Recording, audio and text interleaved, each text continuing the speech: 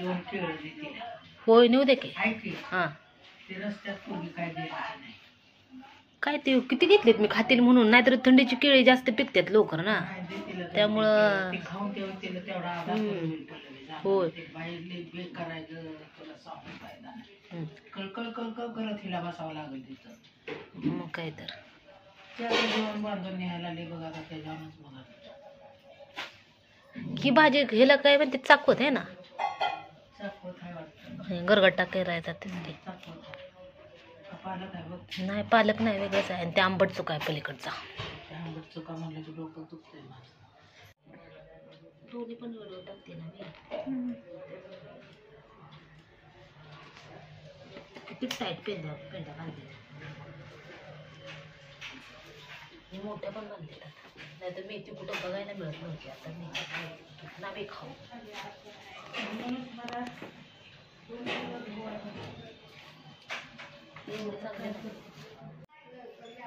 कल्पना बघ तू जानेवारीमध्ये काय असते थंडी. जानेवारीमध्ये असते थंडी. वर्षी थंडी जास्त आहे. तर मग कधी सुद्धा वेगळं रांगोळीची बसले नाही.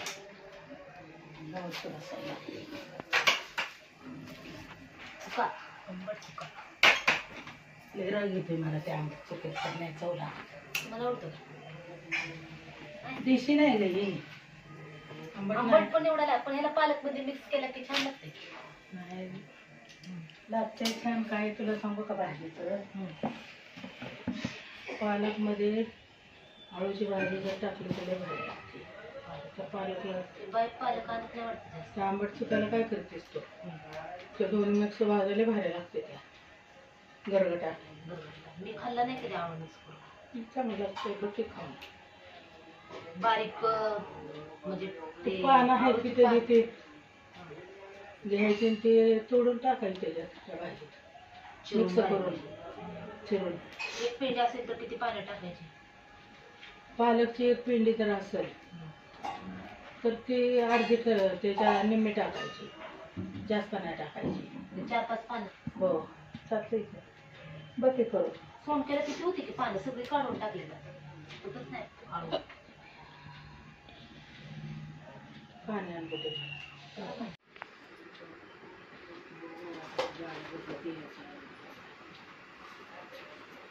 दाटून जाते त्याचा.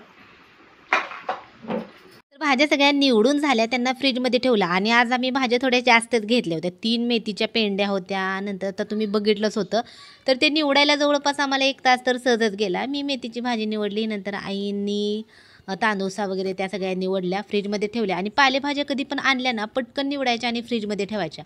होतं कसं, जे आता भाज्या घेऊन येते ते भाज्या सुकू नये म्हणून त्याच्यावर पाणी वगैरे मारतात आणि तशाच पेंड्या ठेवल्या की मग त्या आतमध्ये सडतात वगैरे. त्यामुळे आम्ही तर भाज्या आणल्या की लगेचच निवडत असतो. आणि आता चालली आहे माझ्या दुपारच्या स्वयंपाकाची तयारी. तर संचितला स्कूलला सोडून आले का लगेचच मी दुपारच्या स्वयंपाकाला सुरुवात करत असते. आणि स्वयंपाकामध्ये आज बनवायचं होतं, कारलं करायचं होतं. त्यामुळं एका साईडला कुकर लावला होता. कुकरमध्ये कारले काय शिजायला जास्त वेळ लागत नाही. कुकरला 1 शिट्टी काढली का लगेचच कारलं शिजतं. आणि चपात्या पण एका साईडला सुरू होत्या. संचितला आज दिलं होतं मी जाम आणि चपाती दिली होती. आले आले आले आणि संचितला जाम चपाती दिले होते.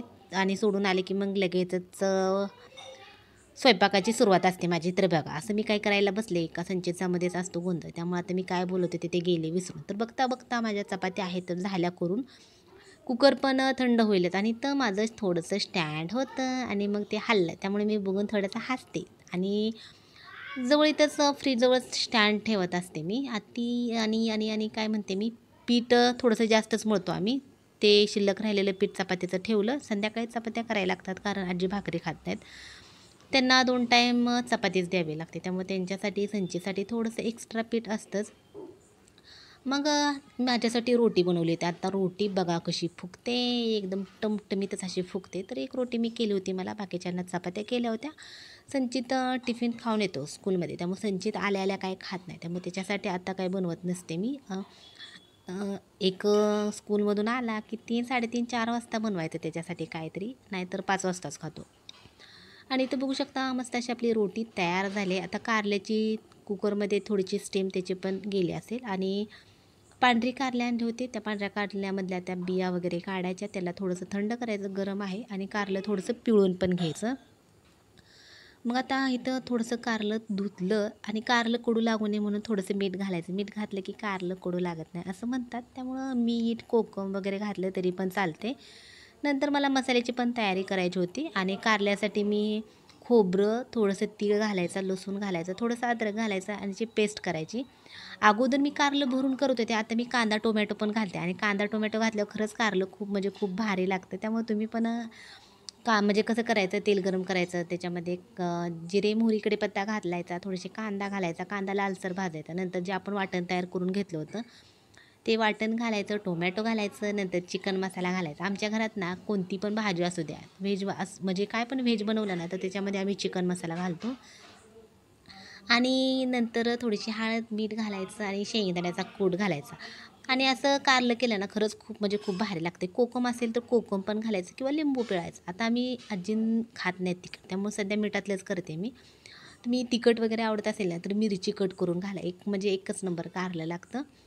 तर इथं बघू शकता माझं झालेलं आहे. आता कारलं आहे तर थंड करायला ठेवलं. इथं मी मसाल्याची पण तयारी करते. नंतर खोबरं घेतलं, इथं तीळ घेते, नंतर लसूण आणि अद्रक घालून मस्त असं त्याचं वाटण तयार करून घ्यायचं आणि छान असं कारलं करायचं. नंतर कारलं करून झाले की सगळं आवरायचं. नंतर माझं व्हिडिओचं थोडंसं काय काम असतं ते व्हिडिओ एडिटिंग वगैरे करत असते आणि नंतर मग आवरून संचितला स्कूलमधून आणायला जात असते. तर रोज माझं सकाळी असं रुटीन असतं. आणि सकाळचा नाश्ता वगैरे करताना आमच्यात पाणी वगैरे येतं लवकर, त्यामुळे सकाळचं एवढं काही वेळ मिळत नाही, त्यामुळे मग आपलं असतं निवांत चालू. तर इथं बघू शकता वाटण आपलं तयार करून झालेलं आहे. आणि नंतर कारलं पण इथं थंड झाले, याच्या बिया वगैरे काढून आता फोडणी देते. टोमॅटो कट करून घेतले, हा कांदा आणि हा मसाला. तर ह्या मसाल्यामध्ये मी खोबरं, लसूण, कोथिंबीर, अद्रक आणि भाजलेले तीळ हे बारीक केले. आणि हे कारलं, पांढरे कारले आहेत, कारल्याच्या बिया आपण काढून घेतलेत, पिळून घेतले. आणि आता कढई पण गरम करायला ठेवली. तर ह्या कढईमध्ये पोहे केले होते सकाळी नाश्त्याला, तर ह्याच्यामध्ये आता देणार आहे मी फोडणी. तेल मिठातलंच करणार आहे, त्यामुळे मिरची वगैरे काही नाही.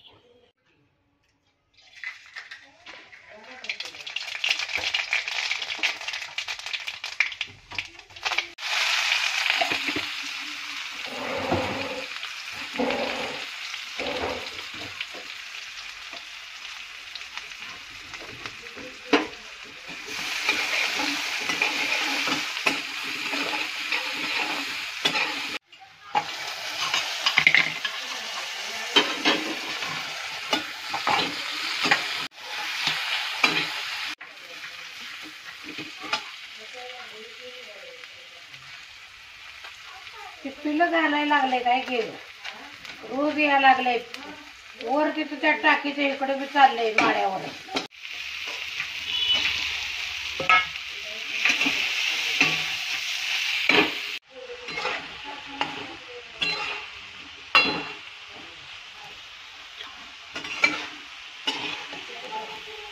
सिंपल असं आपलं कारलं तयार. तेल सुटायला लागलं त्याला.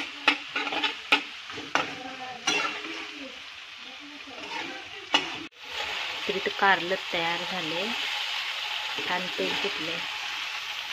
हे मस्त आणि सिंपल सिंपल सिंपल. चला गॅस बंद.